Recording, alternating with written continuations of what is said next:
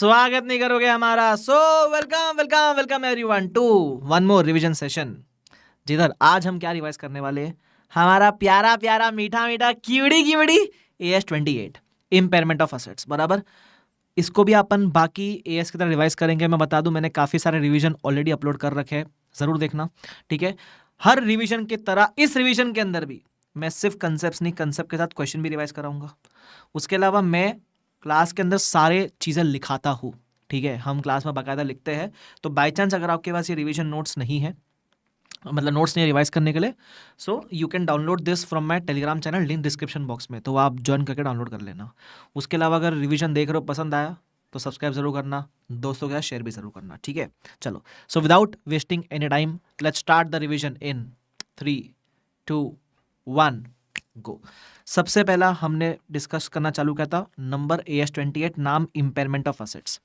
Impairment का मतलब क्या होता है? इम्पेयरमेंट का मतलब होता है decline in the value of asset. जब असेट की वैल्यू में गिरावट हो तो उसको बोलते हैं इम्पेयरमेंट। अब ये इम्पेयरमेंट कौन से असेट के लिए चेक करना है? तो मेनली हम दो के लिए चेक करते हैं, एक जो AS10 के PPE है और एक AS26 के इंटेंजिबल है। इसलिए इस चैप्टर को इन दोनों के बाद ही पढ़ना।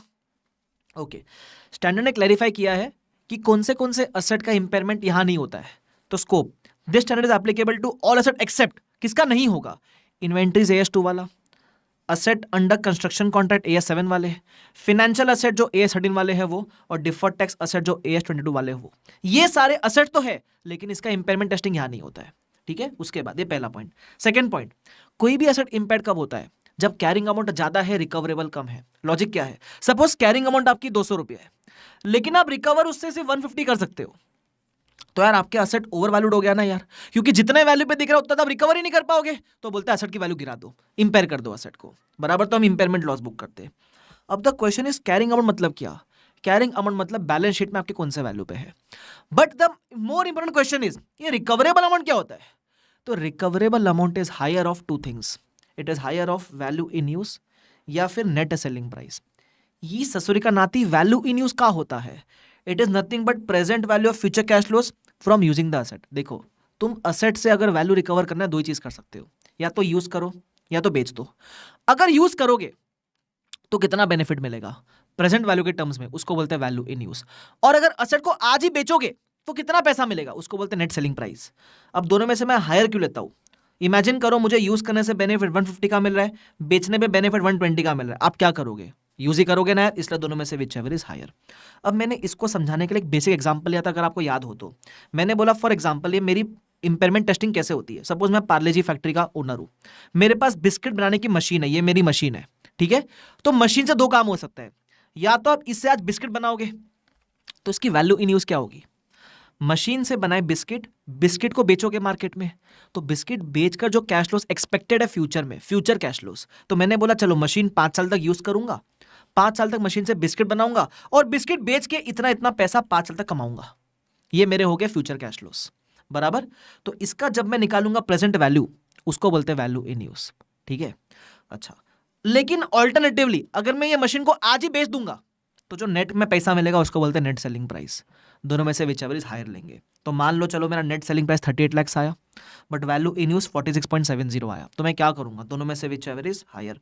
तो अब मेरी रिकवरेबल अमाउंट हो गया 46.70। अब मैंने दो केस लिए। पहला केस, अगर कैरिंग अमाउंट 50 है और रिकवरेबल 46.7 है, बराबर, तो फिर इंपेयरमेंट हुआ कि नहीं? तो हम बोलेंगे इंपेयरमेंट लॉस है। क्यों? कैरिंग अमाउंट ज्यादा है, रिकवरेबल कम है, तो इंपेयरमेंट लॉस है। ठीक है, अगर आपको कभी कभी कंफ्यूजन होता है तो एक ट्रिक देता हूं, हमेशा पहले कैरिंग अमाउंट लिखना फिर रिकवरेबल लिखना। जब आप कैरिंग अमाउंट में से रिकवरेबल माइनस करोगे और आंसर अगर पॉजिटिव आया, मतलब इंपेयरमेंट लॉस है।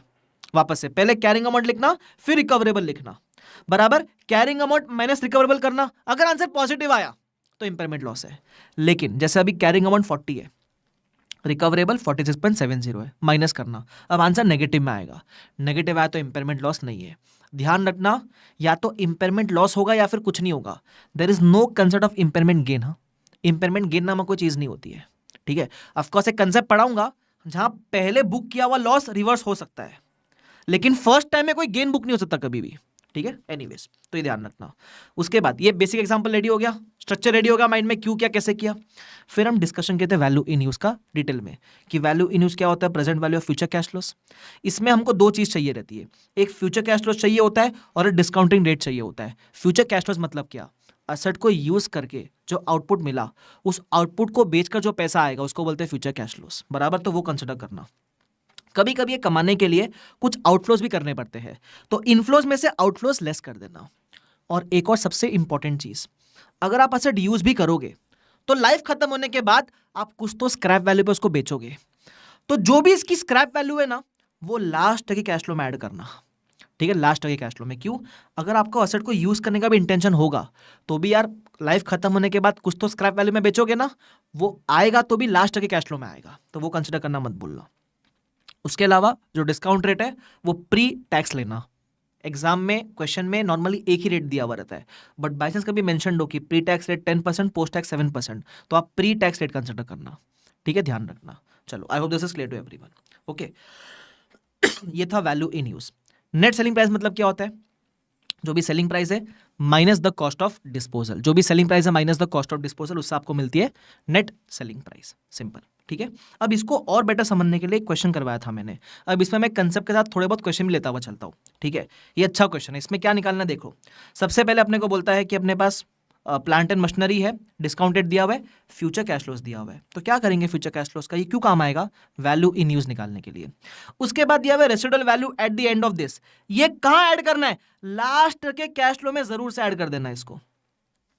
और कहां काम आएगा ये पता, और कहां काम आएगा, जब आप डेप्रीशिएशन निकालते हो एसएलएम बेसिस पे, तो हम कैसे करते हैं डेप्रीसिएशन, जो भी आपकी कॉस्ट है minus the residual value divide by the useful life, ऐसे निकालते हैं डेप्रीसिएशन, तो उसमें भी काम आएगा। तो ये दो चीज में रेलिवेंट है, ध्यान रखना। फिर आपको डेटा दे रखा है, क्या क्या पूछा है, पहले बोलता है कैरिंग अमाउंट निकालो एट द एंड ऑफ 2011।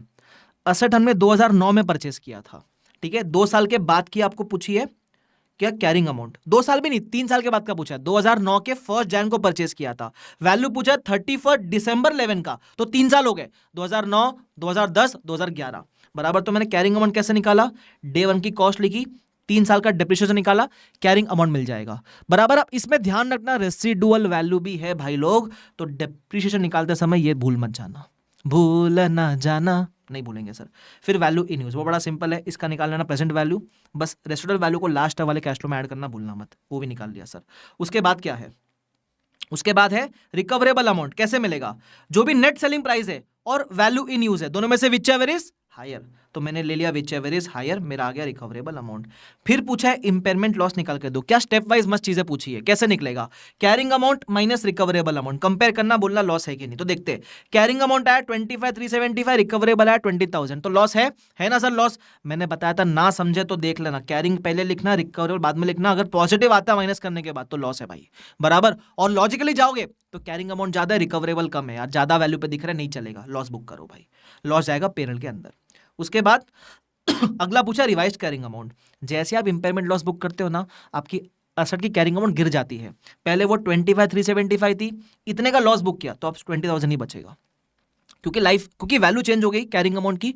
अब इसका आने वाले साल का डेप्रिसिएशन भी चेंज होगा, तो रिमेनिंग लाइफ 5 साल बची है, रेसिडुअल वैल्यू अभी भी 1,000 रुपये है, तो accordingly will depreciate for the remaining years, ठीक है। ये आपसे पूछा था इस क्वेश्चन में, तो ये क्वेश्चन नंबर 1 के थ्रू आपका बेसिक कंसेप्ट पूरा क्लियर हो जाता है, तो अच्छा क्वेश्चन है ये, टकाटक क्वेश्चन है, ठीक है। चलो, उसके बाद मैंने और आपको क्या पढ़ाया था, उसके बाद मेरे ख्याल से लेट मी सी, हाँ, उसके बाद हमने डिस्कस किया था ट्रीटमेंट ऑफ इंपेयरमेंट लॉस, कि इंपेयरमेंट लॉस का ट्रीटमेंट क्या होगा, कहाँ जाता है इंपेयरमेंट लॉस। तो वो बोलता है देखना पड़ेगा असेट कौन से मॉडल पे है, अगर असेट कॉस्ट मॉडल पे है, याद है ना कॉस्ट मॉडल वाला पार्ट, ये सब अपन ने पीपी में सीखा था AS 10 के अंदर, तो अगर असेट कॉस्ट मॉडल पे है तो इंपेयरमेंट लॉस जाएगा पीएनएल के अंदर, एंट्री देख लो, इंपेयरमेंट इज अ लॉस, तो इंपेयरमेंट लॉस डेबिट करोगे और इसकी वजह से असेट की वैल्यू गिरती है तो असेट को क्रेडिट करोगे, बराबर, तो जाएगा पीएनएल के अंदर। लेकिन अगर बाई चांस आपका असेट रीवैल्यूएशन मॉडल पे था, फिर कहां जाएगा इंपेयरमेंट लॉस, तो स्टैंडर्ड बोलता है if your asset was at revaluation model, तो पहले देख लेना कि आरआर में कोई बैलेंस पड़ा है क्या, आरआर मतलब रीवैल्यूएशन रिजर्व, ये कहां से आया, मैंने बोला था ना AS 10 पढ़ के आना, बराबर। तो अगर आरआर के अंदर कोई बैलेंस पड़ा है तो पहले वहां से एडजस्ट करना है ना, और अगर बाई चांस बैलेंस खत्म हो गया उसके बाद जो भी है वो प्रॉफिट एंड लॉस से एडजस्ट करना, एग्जाम्पल इसको समझाने के लिए मैंने दे रखा है, प्लीज देखना इधर। सपोज कैरिंग अमाउंट 100 है, रिकवरेबल 83 है, लॉस 17 का आया। अब ये जो असेट है, मान लो ये असेट रीवैल्यूएशन मॉडल का था, तो मैंने लिख रखा है PPE was previously revalued and has a balance of 5 crore in revaluation reserve. मान लो पीपी को आपने पहले रीवैल्यू किया था और आपके रीवैल्यूएशन में 5 करोड़ का बैलेंस पड़ा है, तो ये आप लॉस कैसे एडजस्ट करोगे? तो 17 में से जो 5 करोड़ है वो रीवैल्यूएशन रिजर्व से कम करोगे, और जो बाकी 12 करोड़ है वो प्रॉफिट एंड लॉस में ट्रांसफर करोगे। बस ये करके दिया हुआ है। देखो, first adjust RR up to 5 crore. Why up to 5? Because मेरे आरआर में बैलेंस सिर्फ 5 करोड़ का है, और बाकी आप पीएनएल से एडजस्ट करोगे। समझाने के लिए एंट्री भी दे रखी है, मजा आ जाएगा, ठीक है। और क्योंकि आपने सारा बैलेंस आरआर से एडजस्ट कर दिया है, अब आरआर का बैलेंस कुछ नहीं बचेगा फिर, ये ध्यान रखना, ठीक है। तो ये था ट्रीटमेंट ऑफ इंपेयरमेंट लॉस। चलो आगे बढ़ता हूं। अगला पॉइंट, सॉरी क्वेश्चन ये बाद में कराता हूं मैं। अगला पॉइंट, कैन रिकवरेबल अमाउंट में नेगेटिव? क्या रिकवरेबल अमाउंट नेगेटिव जा सकता है क्या? जाने को जा सकता है, बट जाने मत देना। सपोज कैरिंग अमाउंट 100 है, अब रिकवरेबल नेगेटिव कब जाएगा? जब दोनों वैल्यू इन यूज और नेट सेलिंग प्राइस नेगेटिव आ जाए, बराबर। वो आए तो आए, फर्क नहीं पड़ता, आप जीरो ही लेना। क्यों? आपका maximum impairment loss carrying amount जितना ही हो सकता है। अगर आपके बुक्स में कोई चीज 100 रुपए में दिख रही है, तो इस पे मैक्सिमम लॉस कितना हो सकता है? 100 रुपया हो सकता है ना यार। मान लो आपके जेब में 100 का नोट है, तो मैक्सिमम नुकसान कितना हो सकता है? 100 ही हो सकता है ना। जब आपके पास थे 100 रुपए, तो नुकसान 120 कैसे हो सकता है? सेम चीज, बराबर। तो नेगेटिव जाने मत देना। अच्छा, उसके बाद कभी कभी स्टैंडर्ड ऐसा बोलता है कि सपोज नेट सेलिंग प्राइस में बेचने पे कुछ पैसा नहीं आएगा, लेकिन बेचने के लिए खर्चा जरूर करना पड़ेगा 10 करोड़ रुपए का, तो नेगेटिव जाने देंगे नहीं अपन। बट कभी कभी ये जो एक्स्ट्रा 10 से आपको इंकर करना पड़ेगा, इसका अकाउंटिंग करना पड़ता है as a liability as per AS 29, but वो हम यहाँ बात नहीं करेंगे। वो जो भी है रेलिवेंट चीज में अपन AS 29 के अंदर बात करेंगे, तो ये पार्ट इग्नोर कर देना यहाँ के लिए चाहिए तो। बट यहाँ क्या ध्यान रखोगे कि रिकवरेबल अमाउंट जीरो ही हो सकता है, और जीरो हुआ रिकवरेबल तो जितना भी कैरिंग अमाउंट है सबका सब आपका इंपेयरमेंट लॉस हो जाएगा भाई साहब, ठीक है। उसके बाद एक चीज है जो मैंने डिस्कस कर ली थी, फिर से बता दूं। जैसे आप इंपेयरमेंट बुक करते हो, योर डेप्रिसिएशन चेंजेस प्रोस्पेक्टिवली, आपका आने वाले सालों का डेप्रिसिएशन चेंजेस, ये ध्यान रखना, ठीक है। चलो उसके बाद मैं क्वेश्चन कराऊंगा। पहले मुझे देखने दो क्या मैं और कुछ कंसेप्ट करवा सकता हूँ। नहीं, अब मैं कुछ क्वेश्चन करवाऊंगा पहले, है ना, फिर अपन एक और कंसेप्ट की तरफ बढ़ेंगे, वो है कंसेप्ट ऑफ CGU, ठीक है। आ जाओ। तो अब मैं कौन से क्वेश्चन करवा सकता हूँ मैं करवा दूंगा। क्वेश्चन नंबर 2 सिंपल है। हाँ, क्वेश्चन नंबर 3 बड़ा शानदार क्वेश्चन है एकदम, इसको तो फ्लाइंग किसी दे दिया, फ्लाइंग किसी। अब सुनना, आपके पास असेट था 1 अप्रैल 10 को 7 CR का 7 ईयर्स के लिए। मैंने बोला ठीक है, तो 10 पे था ये असेट। अब जो भी आपका इंपेयरमेंट वगैरह हो रहा है वो 4 साल के बाद हो रहा है, 14 में हो रहा है, तो पहले 4 साल आगे आ जाने का। कैसे आओगे देख लो इधर। तो मैंने बोला 10 में खरीदा 7 CR में, तो 4 साल से आप डिप्रिसिएशन लेस कर देना, तो आपकी कैरिंग अमाउंट आ गई 3 CR की, ठीक है। अब यहाँ इंपेयरमेंट नहीं हुआ है, पहले इन्होंने रीवैल्यू किया है, रीवैल्यू, तो फेयर वैल्यू दे रखा है 5.10, तो मैंने लिखा फेयर वैल्यू 5.10, ठीक है। तो मुझे गेन आएगा ऑफकोर्स, कहाँ जाएगा गेन? तो एज पर AS 10 ये गेन जाएगा रीवैल्यूएशन रिजर्व के अंदर, ठीक है सर। जैसे ये गेन बुक किया, आपका रिवाइज्ड कैरिंग अमाउंट हो जाएगा 5.10, कोई दिक्कत नहीं है। फिर 2 साल असेट को यूज किया, मतलब 14 से 16 तक गए, तो 2 साल और करना पड़ेगा डेप्रिशिएट, तो मैंने किया डेप्रिशिएट 2 साल तक, ठीक है। जितनी भी रिमेनिंग लाइफ बची थी उस हिसाब से 2 साल और डेप्रिशिएट किया, ठीक है। तो मुझे कैरिंग अमाउंट मिली। अब रिकवरेबल अमाउंट दे रखा है 79 लाख का, ठीक है। तो मैंने बोला मेरी कैरिंग अमाउंट कितनी मिली थी मुझे मेरी कैरिंग अमाउंट मिली थी 1.7 CR की। रिकवरेबल आपको दे रखा है कितना? 79 लाख या 0.79 CR, तो लॉस आ जाएगा। इंपेयरमेंट लॉस कितने का आएगा? 0.91 का आ जाएगा। अब द क्वेश्चन इज एडजस्ट कहां से करूं? तो अब ये असेट रीवैल्यूएशन मॉडल वाला है, तो आपके आरआर में जितना बैलेंस है वहां से एडजस्ट करना। आरआर में 2.10 का बैलेंस पड़ा है सर, तो सारा का सारा वहीं से एडजस्ट कर देते। गलत जवाब। इस क्वेश्चन में एक लाइन बहुत कीमती है, वो है ये वाली line, G limited followed the policy of writing down the revaluation surplus by the increased charge of depreciation. इसका मतलब क्या है? हम AS 10 में एक कंसेप्ट पढ़ते हैं एक्सेस डेप्रिसिएशन का, नहीं याद तो वो रिवीजन जाकर देखो, मैंने डाल रखी है यूट्यूब के ऊपर, एक्सेस डेप्रिसिएशन का। उसमें क्या होता है, जब भी आप रीवैल्यूएशन करते हो तो आपका डेप्रिसिएशन थोड़ा ज्यादा आता है। पहले जैसे फॉर एग्जाम्पल अगर आप देखोगे, तो अगर आपने जब रीवैल्यू नहीं किया था तो आपका per annum depreciation was 1 CR। अब आपने रीवैल्यू किया तो आपका पर एनम 1.7 सीआर आ रहा था डेप्रीसिएशन। तो ये जो 0.7 सीआर एक्स्ट्रा आया ना डेप्रीसिएशन, इसको बोलते हैं एक्सेस डेप। और ये 0.7 सीआर एक नहीं 2 साल के लिए आता है, क्योंकि आपने रीवैल्यू करने के बाद 2 साल तक यूज किया है एसेट को, तो आपको एक्सेस डेप्रिसिएशन 2 साल तक आएगा। तो 0.7 सीआर इंटू 2 1.4 सीआर। अब एक्सेस डेप का करना क्या होता है, स्टैंडर्ड ने ऑप्शन दे रखा होता है कंपनी को कि कंपनी चाहे तो इस एक्सेस डेप को रीवैल्यूएशन रिजर्व से निकालकर रिटेन्ड अर्निंग्स में ट्रांसफर कर सकती है। इस लाइन में यही लिखा था कि वो ऑप्शनल चीज कंपनी ने चूज करी है।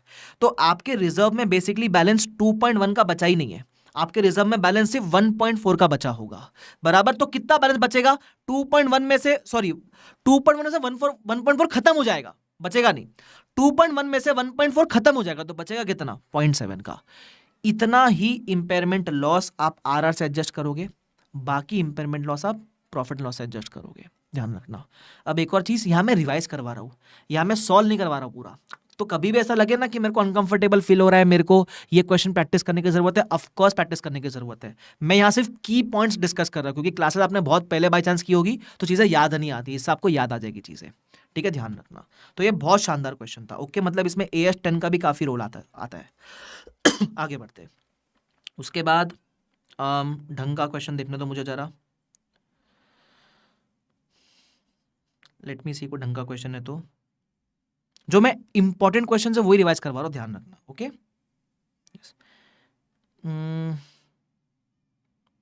अभी तक कोई ढंग का नहीं दिख रहा है। इलस्ट्रेशन नंबर 10, ठीक है। इसको शायद मैंने क्लास में LDR नहीं मार्क करवाया रहेगा, आप इसको प्लीज LDR मार्क कर लेना, प्लीज LDR मार्क कर लेना क्लास में, अगर मैंने मार्क नहीं कराया रहेगा तो प्लीज, ठीक है। सुन लो क्या बोलता है, following the details of asset, impairment loss चाहिए, ट्रीटमेंट चाहिए, करंट या डिप्रिसिएशन चाहिए। बड़ा सिंपल है, कॉस्ट ऑफ असेट दिया हुआ है, यूजफुल लाइफ दिया हुआ है, सैल्वेज वैल्यू नील दिया हुआ है, करंट कैरिंग वैल्यू 27 दिया हुआ है, ठीक है।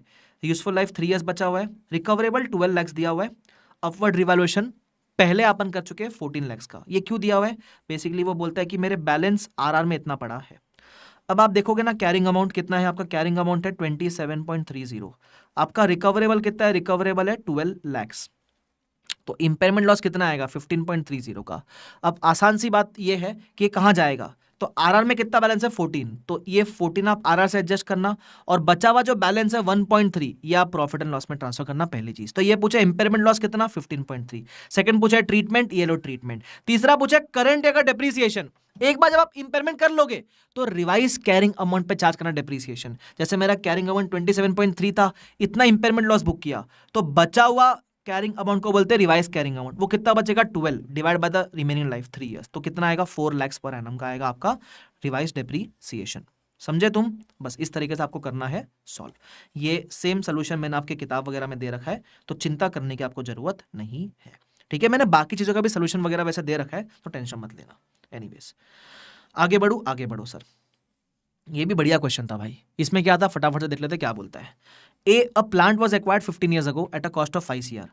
Accumulated depreciation at 31st March 11 was 4.15. तो अगर मेरे पास प्लांट था 5 CR का, फिर मैंने accumulated depreciation दे रखा है, इसका मतलब पहले मैं कितना depreciate कर चुका हूं, तो 4.15 कर चुका हूं, तो आज मेरी कैरिंग अमाउंट बची है 0.85 CR। फिर बोलता है करंट ईयर का डेप कितना है, करंट ईयर का डेप 25 है, तो और 25 से कम करो, तो मिली कैरिंग अमाउंट 0.6 CR। अब आपको दे रखा है रिकवरेबल, अब रिकवरेबल डायरेक्टली नहीं दे रखा है। आप देखो कैरिंग अमाउंट कब की मिली है, आपको कैरिंग अमाउंट मिली है 31 मार्च 12 की। अब इन्होंने स्मार्ट काम क्या किया, नेट सेलिंग प्राइस एक साल पहले का दिया और बोला एक साल पहले it was 30 lakh which is expected decline by 20% for the end of next financial year. मतलब आपको नेट सेलिंग प्राइस 11 का दिया, मुझे 11 नहीं 12 का चाहिए, तो कैसे मिलेगा, 11 का वॉज 30 लाख, वो बोलता है अगले साल तक वो 20% से गिर जाएगा, तो आज इसकी नेट सेलिंग प्राइस 24 लाख होगी। सेम इन्होंने किया वैल्यू इन यूज के साथ, एक साल पहले का दिया और बोला नेक्स्ट ईयर का चाहिए तो 30% से गिरा देना, तो कोई बात नहीं, मैंने बुद्धि लगाई, गिरा था 30% से और इसको गिरा 20% से, मुझे मिल गया recoverable amount whichever is higher. तो कैरिंग अमाउंट मेरे पास ऑलरेडी था, रिकवरेबल अमाउंट मैंने लिया ये वाला, बराबर इंपेयरमेंट लॉस आ जाएगा, बुक कर लेना, ठीक है। अब पूछा क्या क्या है, assuming the other condition of applicability of impairment are satisfied, what should be the carrying amount? तो एक बार आप impairment loss बुक कर लोगे, उसके बाद carrying amount क्या बचेगा? तो मैंने बोला इतना मेरा carrying amount बचेगा आफ्टर impairment loss. ठीक है, उसके बाद सेकंड पूछा है how much amount will be written off for the financial year and for impairment loss. impairment loss का अमाउंट पूछा है, तो impairment loss का अमाउंट यहाँ आ गया था 0.355 बराबर. सेकंड पूछा है if the plant had been revalued 10 years ago, और अगर रिजर्व में बैलेंस होता 12 लाख का, फिर हम ये इम्पेयरमेंट लॉस आउट ऑफ 0.355 हम 0.12 आरआर से एडजस्ट करते और बचा हुआ जो बैलेंस है वो पीएनएल से एडजस्ट करते हैं, सिंपल. और चौथा चीज पूछा है अगर value in use was zero and the enterprise was required to incur a cost of 2 lakh to dispose the plant, what would be your response. इसका मतलब बेसिकली अगर मान लो रिकवरेबल अमाउंट जीरो होता, ऐसे कैसे जीरो, क्योंकि वैल्यू इन यूज जीरो है, net selling price में कुछ आएगा नहीं, सिर्फ जाना देना पड़ेगा, 2 लाख का डिस्पोजल कॉस्ट है, पैसा कुछ नहीं आ रहा है, तो बेसिकली क्या बोला था, ऐसे केस में रिकवरेबल जीरो मान लेना. और अगर मान लो इस 24.5 के बदले रिकवरेबल जीरो होता तो पूरा का पूरा 0.60 आपका इम्पेयरमेंट लॉस होता, वो मैंने लिख के दे दिया है. That's it. क्लियर वाला पार्ट ध्यान रखना. शानदार क्वेश्चन, मजा आ गया सर. आगे बढ़ेंगे, आगे और कोई ढंग के क्वेश्चन है करने के लिए? यस, ये क्वेश्चन नंबर 1 है. ये सेम क्वेश्चन मैं AS 26 में डिस्कस करता हूं, तो मैं यहां नहीं रिवाइज करवा रहा हूं. आप देखोगे तो सेम टू सेम क्वेश्चन मैंने वहां करवाया हुआ है. ठीक है, बहुत सिंपल सा क्वेश्चन है वो. उसके बाद क्वेश्चन नंबर 2 अभी नहीं करवा सकता, मतलब कंसेप्ट के बाद करवाऊंगा, 3 भी कंसेप्ट के बाद करवाऊंगा, 4 जरूरत नहीं है, 5 भी कंसेप्ट के बाद करवाऊंगा. ठीक है, चलो. तो अभी मैंने जितना बेसिक पढ़ा था उसके ऊपर अपन ने क्वेश्चंस कर लिए. आई होप यहां तक क्लैरिटी है तुम लोग को. एकदम है सर, एकदम है. ठीक है, अब मैं आ रहा हूं मोर कंसेप्ट के ऊपर, आने वाले और कंसेप्ट के ऊपर. अगला कंसेप्ट है when to conduct the impairment test. इसका मतलब ये इम्पेयरमेंट टेस्ट कब कंडक्ट करना है. ये जो कैरिंग अमाउंट और रिकवरेबल अमाउंट कंपेयर कर रहे हो, कब करना है? रोज करेगा बैठ के, हर साल में एक बार करेगा? नहीं, वो बोलता है इंडिकेशन आने पे. आपको क्लास में एग्जांपल याद है क्या? ये विशाल है, इसकी गर्लफ्रेंड है, ये इसकी गर्लफ्रेंड विशाल पे शक कब करेगी, विशाल का फोन कब चेक करेगी? जब उसकी गर्लफ्रेंड को शक हो. ये नहीं कि रोज बुला बुला के फोन चेक करिए बाबू का, ऐसा नहीं. शक हुआ तब चेक करना. वैसे ही असेट का इंडिकेशन टेस्ट कब, इंपेयरमेंट टेस्ट कब करना है? जब इंडिकेशन है, जब शक हो. अब इंडिकेशन 2 प्रकार के होते हैं, कुछ आते फ्रॉम एक्सटर्नल सोर्सेस, कुछ आते फ्रॉम इंटरनल सोर्सेस. बराबर, ये एग्जांपल्स दिए हुए याद रखोगे तो थियरी क्वेश्चन लिखने काम आएगा. ठीक है, तो एक्सटर्नल सोर्स का इंडिकेशन क्या है? असेट की मार्केट वैल्यू गिर गई, significant change in technology having a negative effect on the entity, या फिर मार्केट का इंटरेस्ट रेट इंक्रीज हो गया. सर मार्केट में इंटरेस्ट रेट बढ़ने से इंडिकेशन कैसे है? देखो, जब आपको किसी भी चीज की फेयर वैल्यू निकालनी होती, सॉरी प्रेजेंट वैल्यू निकालनी होती है, तो अगर डिस्काउंटिंग फैक्टर 10% लोगे, मान लो कैश फ्लो 100 रुपया है, डिस्काउंटिंग फैक्टर 10% है, तो अगर आप इसका निकालोगे 1 साल का प्रेजेंट वैल्यू तो आएगा 90.90 बराबर 10% के हिसाब से. बट इसी चीज का अगर आप 12% के हिसाब से निकालोगे प्रेजेंट वैल्यू तो आएगा 89.29. इसका मतलब जैसे जैसे आपके इंटरेस्ट रेट बढ़ते हैं वैसे आपकी प्रेजेंट वैल्यू गिरते हुए चलती है, इसलिए. और प्रेजेंट वैल्यू गिरेगी मतलब वैल्यू इन यूज गिर रहा है, इंडिकेशन ऑफ इम्पेयरमेंट. ठीक है, आगे.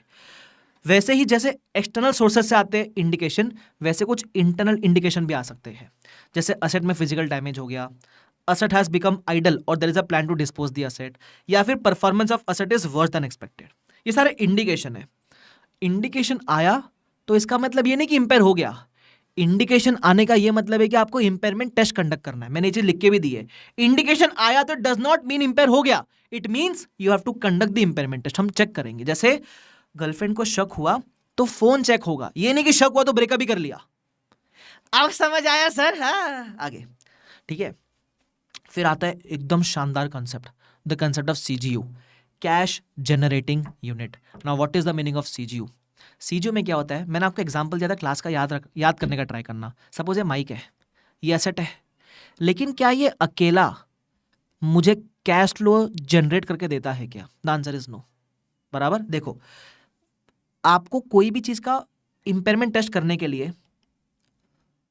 कैरिंग अमाउंट चाहिए, रिकवरेबल अमाउंट चाहिए. रिकवरेबल अमाउंट में 2 चीज चाहिए, वैल्यू इन यूज और नेट सेलिंग प्राइस. स्टैंडर्ड बोलता है वैल्यू इन यूज निकालना मैंडेटरी है, मतलब कल को अगर NSP ना मिले तो भी चल जाएगा, वैल्यू इन यूज तो मांगता है. बराबर. तो अगर माइक की बात करूं तो ये माइक के अकेले का कोई वैल्यू इन यूज निकल सकता है क्या? नहीं निकल सकता. क्यों? वैल्यू इन यूज होता क्या है? यूज करके जो आउटपुट मिला, उस आउटपुट को बेचकर जो पैसा आया उसका प्रेजेंट वैल्यू. जैसे याद है पार्ले जी का मशीन, वो मशीन से मिला बिस्किट, बिस्किट को बेचकर आया पैसा, उसका present value is value in use. ये माइक से कौन सा तुमको कैश फ्लो जनरेट हो रहा अकेले अकेले भाई। तो कभी कभी क्या होता है, कोई individual asset cash flow generate नहीं करते हैं, बट हाँ वो ग्रुप में जनरेट जरूर करते हैं। जैसे फॉर एग्जांपल ये माइक, मेरा आईपैड, मेरा कैमरा, मेरा सॉफ्टवेयर, मेरा पूरा टीचिंग सेटअप मुझे कंबाइंड हेल्प करता है कैश फ्लो जनरेट करने में। कैसे? आप जो मुझे टीचिंग की फीस देते हो, है ना, उससे। तो ये केस में मैं इंडिविजुअल असेट की अकेले अकेले टेस्टिंग नहीं करूंगा। हम इसको बोलते हैं सीजीयू, कैश जनरेटिंग यूनिट। एक ऐसा यूनिट जहां ग्रुप ऑफ असेट साथ में कैश फ्लो जनरेट करते हैं, तो उनका टेस्टिंग भी साथ में होगा। तो देख लो, to conduct impairment test it is necessary to calculate value in use of that asset. Sometimes individual asset do not have individual value in use. जैसे आईपैड ऑफ एके सर, मेरे आईपैड का भी कोई अकेले का वैल्यू इन यूज नहीं है, therefore individual impairment test might not be possible.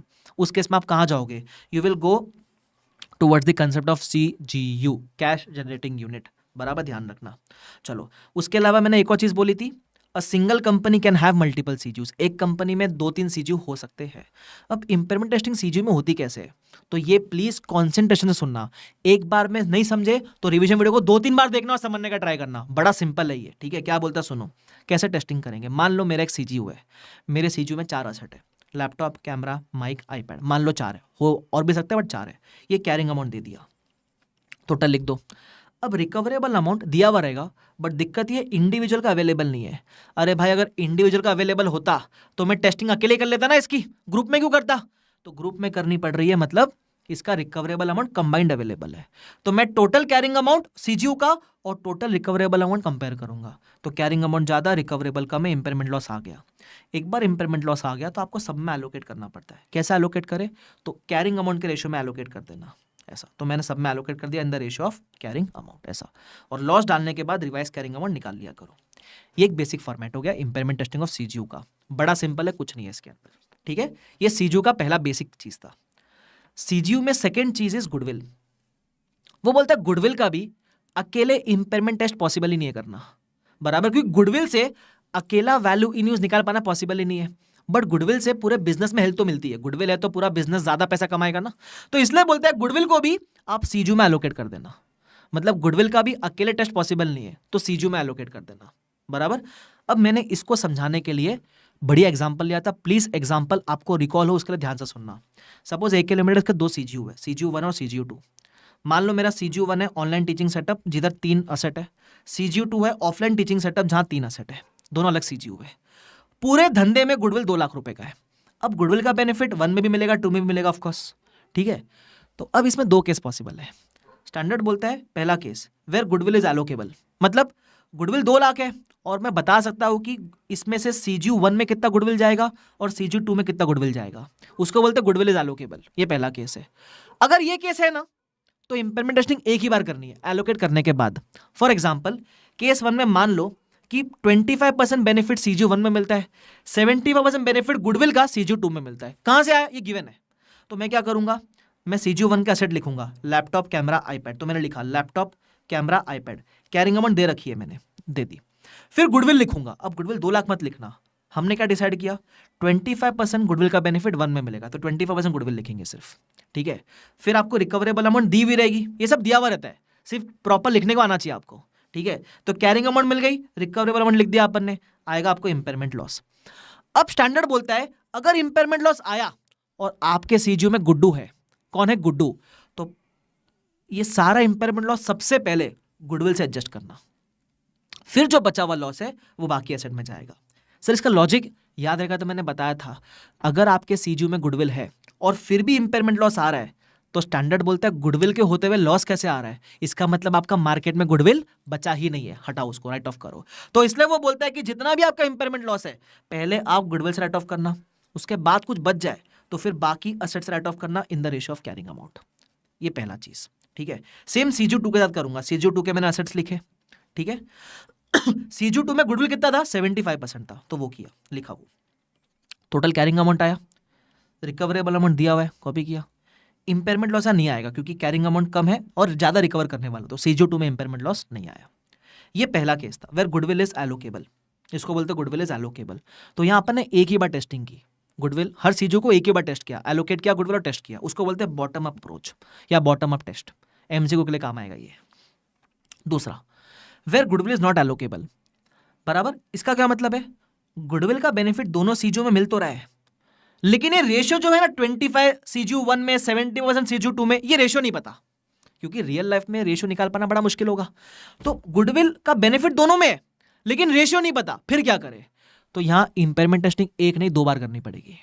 बराबर, 2 बार, उसका नाम है you will have to use both bottom up approach या bottom up test as well as top down approach या टॉप डाउन टेस्ट। 2 बार testing करनी पड़ेगी। सर 2 बार कैसे करेंगे, सिखाता हूं मैं, इधर आओ। सबसे पहला you will test the individual CGU. 2 CGU है, दोनों को टेस्ट करो बिना गुडविल के। सर क्यों बिना गुडविल के, क्योंकि गुडविल एलोकेबल ही नहीं है, हमको नहीं पता ना कितना एलोकेट करना है, तो दोनों सीजीयू टेस्ट करना विदाउट गुडविल। मान लो गुडविल है ही नहीं और दोनों सीजीयू का हम टेस्ट करेंगे, तो इसमें CGU1 में मान लो लॉस आया, CGU2 में नहीं आया, फिर हमको एक और बार टेस्टिंग करनी पड़ेगी, उसको बोलते हैं सेकेंड टेस्टिंग या टॉप डाउन टेस्ट। मतलब आपने पहले किया बॉटम अप टेस्ट, फिर करोगे top down test. Top down में क्या होता है, हम CGU1 CGU2 दोनों को कंबाइन कर लेते हैं, बराबर, और उसमें गुडविल ऐड कर देते हैं। सर ऐसा क्यों किया, क्योंकि देखो गुडविल का इंडिविजुअल बेनिफिट नहीं पता था दोनों में कितना है, बट दोनों कंबाइन करने के बाद तो पता है ना कि दोनों कंबाइन कर लोगे तो गुडविल का बेनिफिट 2 लाख रुपए का है। तो इसलिए सेकेंड स्टेज में हम क्या करते हैं, CGU1 CGU2 गुडविल सबको कंबाइन कर लेते हैं। तो यहां लिखते हैं कैरिंग अमाउंट CGU1 की, CGU2 की, गुडविल की। बस यहाँ ध्यान रखना, जब कैरिंग अमाउंट लिख रहे हो तो रिवाइज्ड कैरिंग अमाउंट लिखना। फॉर एग्जांपल CGU1 में लॉस आया था ना, तो लॉस आने के बाद जो कैरिंग अमाउंट थी वो यहां कॉपी करना। CGU2 में लॉस नहीं आया था, तो रिवाइज्ड और ओल्ड कैरिंग अमाउंट दोनों सेम है, वो कॉपी करना। गुडविल दोनों का कॉपी करना, बराबर। फिर आप कैरिंग अमाउंट लिखोगे, रिकवरेबल लिखोगे, लॉस आया। अब क्योंकि इस कंबाइंड टेस्टिंग में गुडविल था, तो पहले सारा लॉस गुड्डू में एलोकेट कर देना, ऐसा। तो अगर मैं रिवीजन के अंदर भी रिवीजन करवाऊं तो गुडविल के 2 केस होते हैं। अगर गुडविल एलोकेबल है तो इट इज़ वेरी सिंपल, एक ही बार टेस्ट करना है गुडविल एलोकेट करने के बाद। लेकिन अगर गुडविल एलोकेबल नहीं है तो आपको एक नहीं 2 बार टेस्ट करना पड़ेगा। पहला आप टेस्ट करोगे इंडिविजुअल CGUs बिना गुडविल के, सेकंड आप टेस्ट करोगे CGU1 plus CGU2 plus goodwill add करने के बाद। ऐसा 2 बार टेस्ट करना पड़ेगा, सिंपल, ठीक है। चलो, और 2 बार जब टेस्ट करते हैं उसको बोलते हैं bottom up plus top down दोनों। MCQ के लिए काम है बॉटम अप टॉप डाउन वाला, ठीक है। चलो, जैसे CGU में आपने नॉर्मल केस देखा, गुडविल का केस देखा, वैसे ही सेम केस है कॉर्पोरेट असेट का। कॉर्पोरेट असेट मतलब क्या, जो हेडक्वार्टर बिल्डिंग्स होते हैं, ऑफिस बिल्डिंग होते हैं, इनका भी कोई इंडिविजुअल कैश फ्लो नहीं होता है, बट ये पूरे धंधे को असिस्ट करते हैं कैश फ्लो जनरेट करने में। जैसे मेरे टीचिंग में मेरा एडमिशन का ऑफिस है, जहां बच्चा आके एडमिशन फीस भर के जाता है, बराबर। तो वो एडमिशन ऑफिस का बेनिफिट मेरे को सारे CGU के अंदर मिलता है, बराबर। तो ये एडमिशन ऑफिस का भी इंडिविजुअल इंप्लीमेंटेशन पॉसिबल नहीं है, तो इसको मैं CGU में एलोकेट करूंगा। जस्ट लाइक गुडविल, यहाँ भी 2 केस पॉसिबल है, या तो एलोकेबल है या फिर एलोकेबल नहीं है। अगर एलोकेबल है तो रेशियो दिया हुआ रहेगा, तो एलोकेबल है तो एक ही बार इंपेयरमेंट टेस्ट करना है एलोकेट करने के बाद। और अगर एलोकेबल नहीं है तो 2 बार टेस्टिंग करनी पड़ेगी, 2 टाइम्स टेस्टिंग। पहले आप टेस्ट करोगे इंडिविजुअल CGUs को विदाउट द कॉर्पोरेट असेट, बराबर। फिर आप टेस्ट करोगे CGU1 plus CGU2 plus corporate asset. मतलब मैं बोलूँ इसका पूरा testing procedure same like goodwill है, बस एक फर्क है। जब आपके CGU में गुडविल होता था, तो हम पहले सारा लॉस गुडविल में एलोकेट करते थे, बराबर। कॉर्पोरेट असेट में ऐसा नहीं होता है। अगर आपके CGU में कॉर्पोरेट असेट है तो येडे की तरह ये मत बोलना कि सारा लॉस पहले कॉर्पोरेट असेट में डालो, नहीं नहीं नहीं नहीं। अगर कॉर्पोरेट असेट है तो फिर सारा लॉस सारे असेट में including the corporate asset in the ratio of carrying amount ही बटेगा। मतलब कॉर्पोरेट असेट का जो कंसेप्ट है एलोकेबल नॉट एलोकेबल, वो गुडविल की तरह सेम है, बस जब लॉस एलोकेट करने की बारी आएगी तो CGU में जब गुडविल होता है तो पहले गुडविल में एलोकेट करना, फिर बाकी असेट में। कॉर्पोरेट असेट वाले केस में आप ऐसा नहीं बोलोगे, आप जो भी लॉस आए सारे असेट में एलोकेट करना इन the ratio of carrying amount including corporate asset, ऐसा, ठीक है। ध्यान रखना। ऑफ कोर्स बाकी रिवाइज करने के लिए ये बोर्ड नोट्स में एग्जांपल एक बार जरूर रेफर कर लेना, ठीक है। मैंने आपको एक और एक्स्ट्रा एग्जांपल करवाया था, आपके मन में सवाल भी आ सकता है, सो अगर एक ही क्वेश्चन में सब कुछ आ गया तो, है ना, कॉर्पोरेट असेट भी आ गया, गुडविल भी आ गया, सारे असेट भी आ गए, तो मैंने एक बेसिक एग्जांपल लिया था। मान लो एक ही CGU है मेरे पास, 3 असेट है, उसमें एक कॉर्पोरेट असेट भी है और एक गुडविल भी है। ये लोग कैरिंग अमाउंट, ये रिकवरेबल अमाउंट, तो लॉस आया 7 लाख का। अब इतना कंसेप्ट पढ़ाया तो सोच के बताओ पहले लॉस किधर एलोकेट करेंगे। वेरी गुड, सबसे पहले आप लॉस गुड्डू में एलोकेट करोगे। अच्छा क्या मैं ऐसा बोलूं सबसे पहले आप इसमें एलोकेट करो कॉर्पोरेट एसेट में, बोल मत देना ईडी की तरह, लेने के देने पड़ जाएंगे वरना। पहले आप हमेशा गुड्डू में एलोकेट करोगे, गुड्डू के बाद लॉस बचा है 5 लाख का, और ये 5 लाख का बचे हुए 4 में एलोकेट करोगे इंक्लूडिंग कॉर्पोरेट एसेट। तो laptop, camera, iPad, corporate asset सब में एलोकेट कर देना in the ratio of carrying amount. ऐसा। Is this clear to everyone? Yes sir. चलो अब ये समझने के बाद मैं कुछ और एग्जांपल करवाऊंगा आपको, मतलब कुछ और क्वेश्चंस करवाऊंगा। एक क्वेश्चन है सॉल्व एग्जांपल के फॉर्म में आपकी किताब के अंदर, ये बहुत शानदार क्वेश्चन है। क्या बोलता है सुनना, वो बोलता है कंपनी था उसमें 3 सीजीयू है ए बी सी, इसकी पहले डे 1 की वैल्यूज दे रखी है आपको, ठीक है, फिर आपको गुड्डू का वैल्यू दे रखा है बराबर, बट ये सब पुराना पुराना वैल्यूज दे रखा है। आज क्या वैल्यूज है, तो आज ए बी और सी का ये वैल्यू है, और आज गुडविल इतना बचा है पूरे धंधे में, ठीक है। अब केस ए बोलता है goodwill can be allocated on reasonable basis, है ना, बोलता है on the date of acquisition of Z net fair value of A B C are considered on reasonable basis for pro rata allocation of goodwill. मतलब ये जो 120 का goodwill आज है, ये ए बी और सी में कैसे बांटोगे, जो डे 1 की नेट फेयर वैल्यूज थी ना उसमें बांटोगे। मतलब 120 को ए बी और सी में बांटना, मतलब गुडविल इज एलोकेबल, तो टेस्टिंग एक ही बार करना पड़ेगा, ठीक है। और किस रेशियो में बांटना है, तो ईडी की तरह इस रेशियो में मत बांटना। उसने बोला है जो डे 1 पे नेट सेलिंग प्राइस थी, ऑन डेट ऑफ एक्विजिशन जो नेट सेलिंग प्राइस थी, मतलब ये वाली नेट फेयर वैल्यूज थी, उस पर बांटना है, तो ये रेशियो में बांटना बराबर। अब यहां अपने को है ना भले 3 सीजीयू दिया हुआ है, बट टेस्टिंग सिर्फ सीजीयू ए का करना है, बिकॉज रिकवरेबल सिर्फ सीजीयू ए का दिया हुआ था। आप ध्यान से पढ़ोगे तो मैंने कैसे किया देख लो। पहले मैंने बोला सीजीयू ए का ही टेस्टिंग पूछा है, बी और सी का नहीं पूछा है, ठीक है। उसके बाद मैंने बोला गुडविल 120 है, केस ए क्या, it's allocable in A B C in the ratio of this बराबर। तो अब केस ए में मैं गुडविल का टेस्ट कैसे करूंगा, तो सीजीयू लिखा पहले मैंने, सीजीयू में जो भी असेट्स है वो लिखे 1300 के, कहाँ से मिला, यहाँ से मिला। उसके बाद गुडविल लिखा। अब ईडी की तरह पूरा 120 मत लिखना, रेशियो में डालोगे तो ए में सिर्फ 60 का आएगा गुडविल, वो मैंने नीचे एलोकेशन दे रखा है, कैसे आया वो दे रखा है मैंने बराबर। तो ये अदर असेट हुआ, ये गुडविल हुआ, टोटल हो गया कैरिंग अमाउंट 1360। अब रिकवरेबल कितना है, बोला है रिकवरेबल इज 1350, तो 10 रुपये का लॉस आ जाएगा। अब ये लॉस कहाँ जाएगा, तो क्योंकि आपके सीजीयू में गुडविल है तो पहले गुड्डू में जाएगा, गुडविल सफिशिएंट है तो बाकी किधर भी ट्रांसफर करने का जरूरत नहीं है। ये केस ए था, क्योंकि गुडविल एलोकेबल था तो मैंने एक ही बार टेस्ट का गुडविल एलोकेट करने के बाद। I hope this is simple and clear to everyone. अब इसमें मजेदार है केस बी।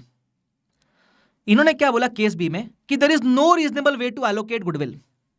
तो अगर गुडविल एलोकेबल नहीं है तो इन्होंने फिर आपको कंबाइंड रिकवरेबल दे रखा है कि पूरे जेड का रिकवरेबल कितना है, जेड मतलब एबीसी सब मिला के 3400 है।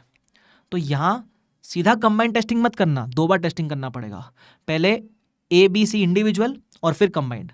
अब ऑफ कोर्स बी और सी का पूछा नहीं है तो एटलीस्ट ए का कर लो पहले इंडिविजुअली। तो देखो मैंने ऐसा किया हुआ है, गुडविल इज अनएलोकेबल तो 2 बार टेस्टिंग इज रिक्वायर्ड, एक बार बॉटम अप एक बार टॉप डाउन बराबर। जो पहला करते हो ना इंडिविजुअल उसको बोलते हैं बॉटम अप। तो मैंने फर्स्ट टाइम टेस्टिंग किया इंडिविजुअल ए का, तो ए का असेट का वैल्यू इतना है, गुडविल तो नहीं लिख सकते क्योंकि विदाउट गुडविल लेना है अपने को, तो इसमें इंपेयरमेंट लॉस नहीं आया। सर बी और सी का नहीं क्या इंडिविजुअल, पूछा नहीं है ना, डेटा नहीं अपने पास, ठीक है। फिर तो पहले मैंने किया इंडिविजुअल सीजीयू, फिर मैं करूँ combine, A B C combine किया, उसमें गुडविल भी ऐड किया, तो मैंने लिखा CGU A CGU B CGU C plus goodwill, total मिला। रिकवरेबल अमाउंट क्वेश्चन में दिया हुआ 3400, फिर लॉस आया। अब ये लॉस पहले जाएगा गुडविल में, गुडविल है मेरे पास सफिशिएंट है तो गुडविल में सारा लॉस एलोकेट कर देना, ठीक है। तो 100 बात की एक बात समराइज करूं तो एलोकेशन ऑफ इंपेयरमेंट लॉस क्या हुआ in case of CGU, first allocate the impairment loss to goodwill of that CGU, balance loss if any will be allocated to other asset including corporate assets, ध्यान रखना बराबर। तो ये अपना एक बढ़िया क्वेश्चन होगा गुडविल वाला। उसके अलावा और कोई बढ़िया क्वेश्चन है सर? हाँ एक और क्वेश्चन है which is of corporate assets, that is question number 3, ये वाला क्वेश्चन है बराबर।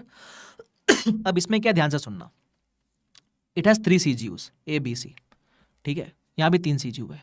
अब यहाँ एक नहीं 2 कॉर्पोरेट असेट है, एक है हेडक्वार्टर का बिल्डिंग 150 लाख का और एक है रिसर्च सेंटर 50 लाख का। अब इस क्वेश्चन की खास बात पता है क्या थी, ये जो हेडक्वार्टर बिल्डिंग है, क्वेश्चन बोलते हैं कि ये एलोकेबल है तीनों के अंदर, लेकिन जो रिसर्च सेंटर है ये एलोकेबल नहीं है। तो इस रिसर्च सेंटर की वजह से जो तीनों में एलोकेबल नहीं है, मुझे 2 बार टेस्टिंग करनी पड़ेगी बराबर। क्यों 2 बार? क्योंकि हमने सीखा था ना कॉर्पोरेट असेट अगर एलोकेबल नहीं है तो इंपेयरमेंट टेस्टिंग एक नहीं 2 बार करनी पड़ेगी। तो पहला वाला एलोकेबल है तो उसको एलोकेट कर देंगे, सेकंड वाला एलोकेबल नहीं है तो इसके लिए 2 बार टेस्टिंग करेंगे। अब ये करे कैसे मैं सिखाता हूँ। बट बाकी डेटा देख लो आप। यूजफुल लाइफ भी दे रखा है ए बी सी का, बराबर, और रिकवरेबल दे रखा है ए बी सी और कंबाइंड का भी दे रखा है। ठीक है, बोलता है लॉस वगैरह बता देना। अब सुनो पहले अपन कैसे करेंगे। पहले ना एग्जाम में एक चीज लिख के लेना भाई, हमेशा थोड़ा कंसेप्ट लिखा करो अपने ओन वर्ड्स में। जैसे मैंने ना हर क्वेश्चन में तो नहीं, बट कुछ कुछ क्वेश्चन में आपको एक बैकग्राउंड दे रखा है कैसे लिखोगे, तो चाहिए तो पढ़ लेना एक बार। ठीक है, अब सबसे पहले मैंने ये लिखा है कि जो पहला कॉर्पोरेट एसेट है वो तो एलोकेबल है, तो इसका अपन एक ही बार टेस्टिंग करेंगे। ठीक है, तो मैंने क्या किया, मैंने बोला सीजीयू ए बी सी, इन तीनों में पहले मैं जो एलोकेबल वाला कॉर्पोरेट एसेट है उसको एलोकेट कर देता हूं। अब इन्होंने जो वर्डिंग्स लिखी है ना, इन्होंने बोला है आप कैरिंग अमाउंट के रेशियो में एलोकेट कर देना, इन्होंने ऐसा बोला हुआ है।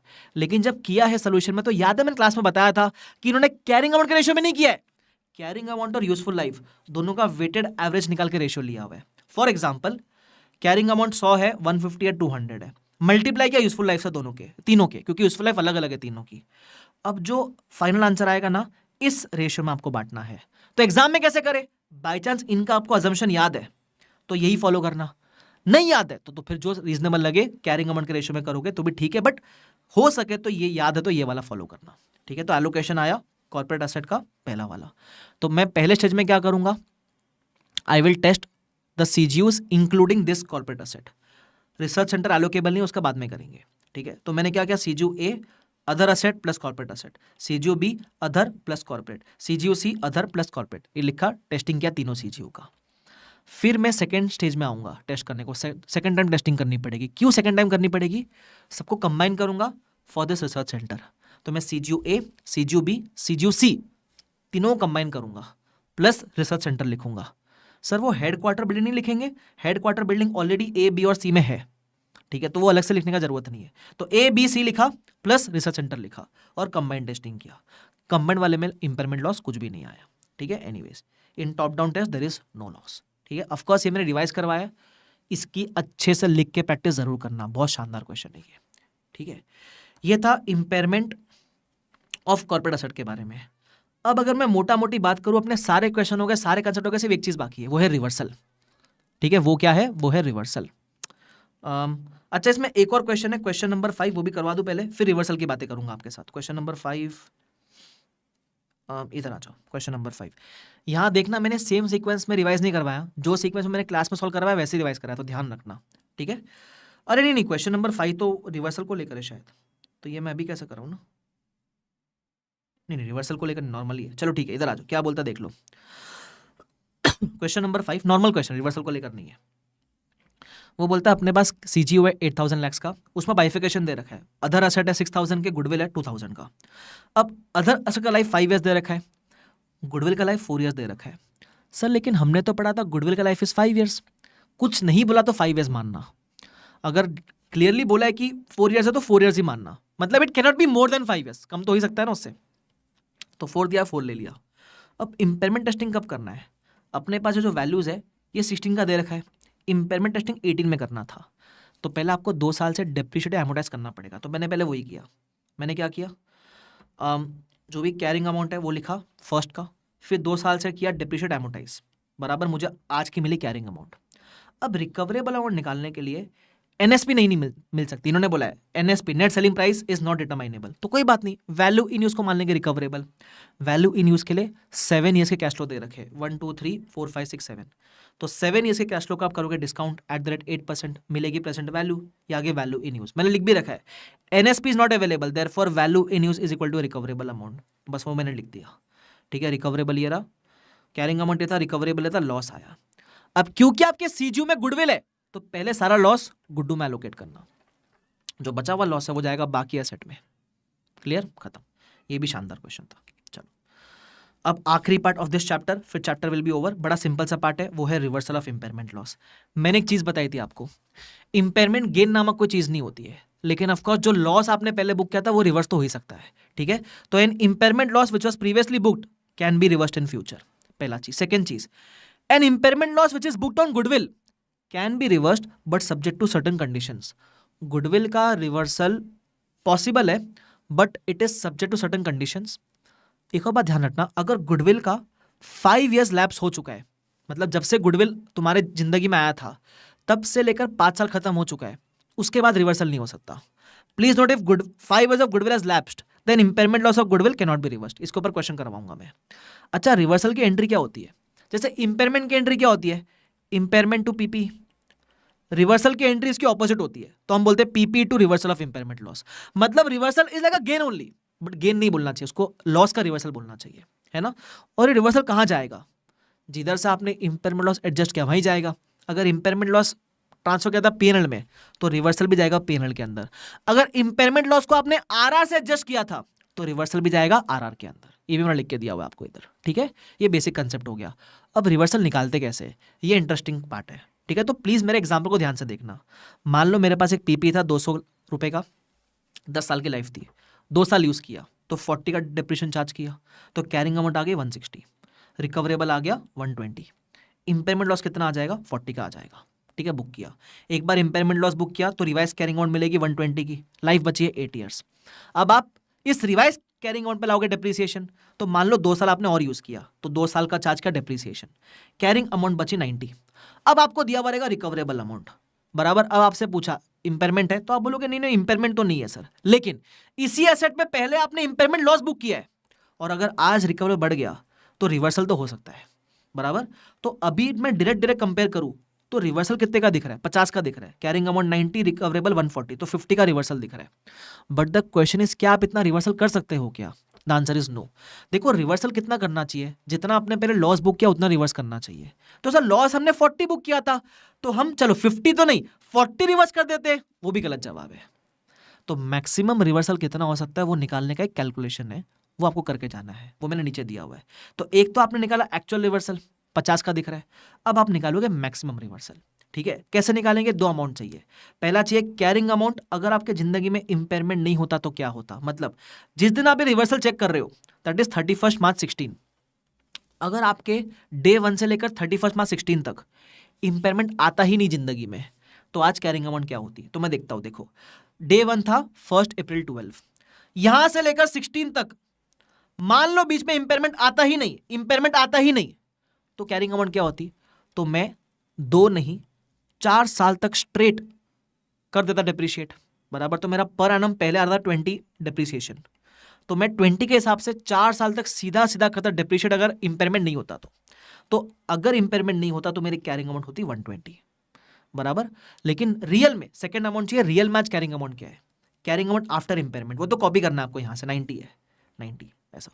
तो ये दोनों का जो डिफरेंस है वो है आपका मैक्सिमम रिवर्सल, बराबर। तो भले ही एक्चुअल 50 दिख रहा है, बट मैक्सिमम आप सिर्फ 30 का ही रिवर्सल कर सकते हो, ठीक है। इसका मैंने लॉजिक बताया था आपको, ये 40 क्यों नहीं आया, 30 क्यों आया, क्योंकि जब आपको जो तो मैं रिपीट करता था लॉजिक, बट काम का नहीं है वैसे कुछ, क्योंकि जब आप इंपेयरमेंट लॉस बुक करते हो ना, तो आप आने वाले सालों में डेप्रीसिएशन कम चार्ज करते हो। मतलब सपोज आपने लॉस बुक किया 40 का, तो इस लॉस की वजह से आपके 5 और 5 रुपए का डेप्रीसिएशन भी सेव हुआ, there is a savings in depreciation, 10 रुपए का टोटल। कैसे 10 रुपया? पहले आप 20 पर एनम कर रहे थे डेप्रीशिएट, अभी आप 15 पर एनम कर रहे हो, तो 5 रुपए का सेविंग भी तो हुआ है आपका हर साल। तो नेट में आपका अभी लॉस कितना बचा है? 30 का, बस वो उतना रिवर्स करने को देता है। एग्जाम में ऐसे मत निकालना, एग्जाम में आपको यही फॉलो करना है। इसको और पक्का करने के लिए याद है अपन ने क्लास में एक और एग्जाम्पल किया था, आप ही ने सॉल्व किया था इसको, चाहिए तो मैं वापस रिकॉल करवाता हूँ। पहला 1 साल यूज किया, मान लो ये कैरिंग अमाउंट है, रिकवरेबल लॉस आया 150 का, ठीक है।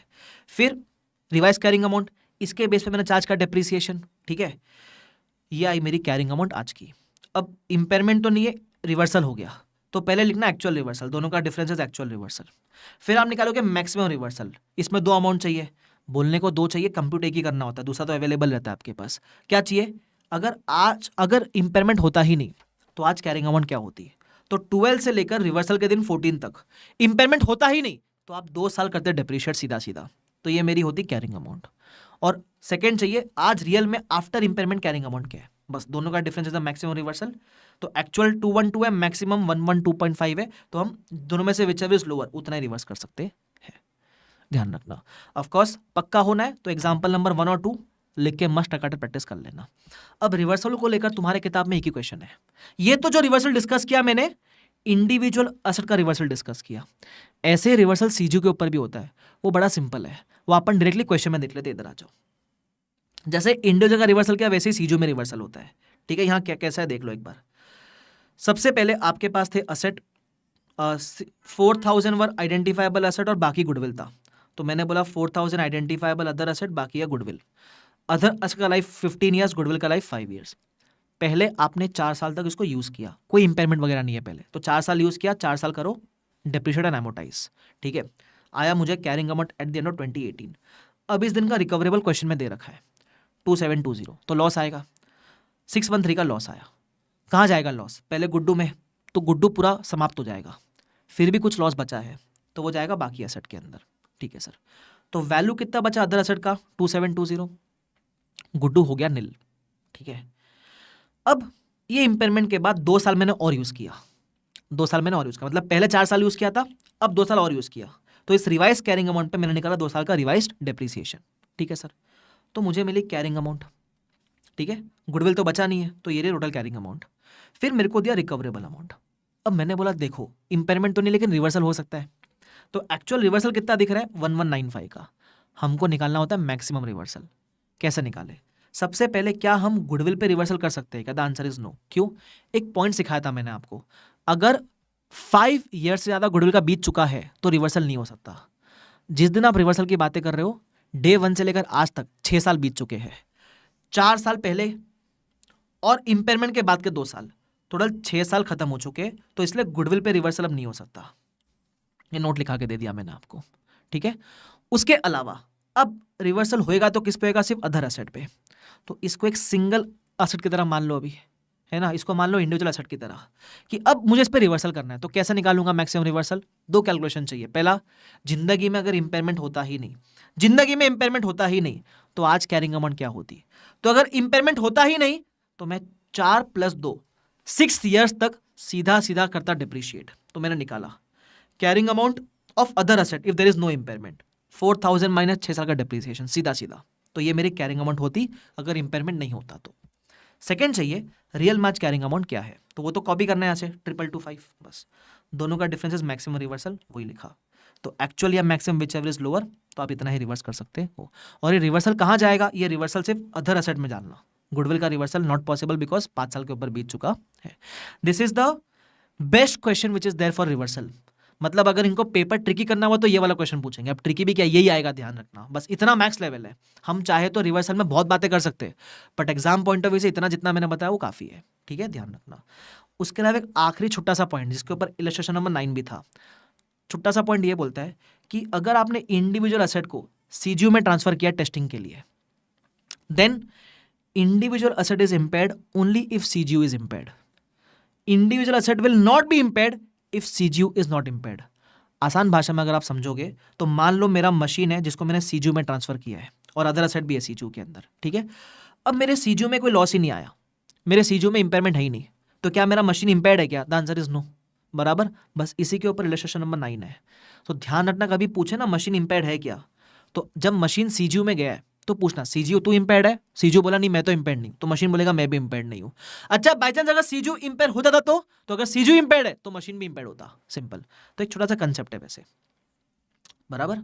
उसके अलावा अच्छा एक और क्वेश्चन था जो AS 26 का था, जो मैंने उसके रिवीजन में बोला भी था कि मैं वहां नहीं यहां करवाऊंगा। बड़ा सिंपल सा क्वेश्चन है, उसमें मैं इधर ही डायरेक्टली सोल्यूशन से डिस्कस कर रहा हूं उसको, ठीक है। उसमें पहला दिया हुआ है 5 महीने का खर्चा, वो गया रिसर्च फेज में प्रॉफिट एंड लॉस। फिर दिया हुआ है खर्चा डेवलपमेंट फेज का, वो हुआ कैपिटलाइज, ठीक है। अब इसी जैसे आपने कैपिटलाइज किया 8 लाख, आपको डेटा दे रखा है वैल्यू इन यूज का कि आप 5 साल तक हर साल 2-2 लाख कैश फ्लो जनरेट करोगे। तो यहाँ NSP अवेलेबल नहीं है, तो वैल्यू इन यूज को मैं रिकवरेबल मान लिया। जब ये दे इसका मतलब वो इंपेयरमेंट टेस्टिंग करवाना चाहता है। तो ये रही कैरिंग अमाउंट, ये रही रिकवरेबल अमाउंट, ये रहा मेरा इंपेयरमेंट लॉस, बस इतना ही निकालना था इसके अंदर। तो ये मैंने वहाँ क्यों नहीं करवाया 26 में? 26 में अपन वैल्यू इन यूज वगैरह कैसे निकालते इतना अच्छे से आती नहीं थी अपने को, यहाँ बेटर आती है, ठीक है। तो इसी बात पे AS 28 का रिविजन सरका दिया है, खत्म हो गया है। और इसी बात पे जोर से बोलो एक के है भाई साहब, ठीक है। तो कोशिश किया है एकदम बढ़िया रिवाइज कराऊं। रिवीजन खत्म होने के बाद कुछ कंसेप्ट हो गए जो आपको रिकॉल हो गए, वेरी गुड, कोई दिक्कत नहीं है। जो कंसेप्ट में आपको लगता है कि सर इसमें मुझे डिफिकल्टी फेस हुई, उसको 1-2 बार और सुन लेना और हो सके तो उसको लिख के प्रैक्टिस कर लेना, ठीक है। चलो, तो आई hope this is helpful. Helpful लगे तो मुझे ज़रूर बताना, और किसी कंसेप्ट में बहुत दिक्कत लगे तो मुझे बताना, मैं कोशिश करूंगा आपके लिए उसका डिटेल्ड वीडियो शायद डाल दूं मैं यूट्यूब पे, ठीक है। तो मुझे बताते हुए चलना, कमेंट सेक्शन आप ही का है, पसंद आए तो भी ज़रूर बताना। आपके लिए वो छोटा सा कमेंट या लाइक होगा, मेरे लिए वो मोटिवेशन फैक्टर है, ठीक है। तो शुक्रिया everyone, thank you so much, bye bye everyone, take care, see you all, bye bye and एक बाय बाय, चलो।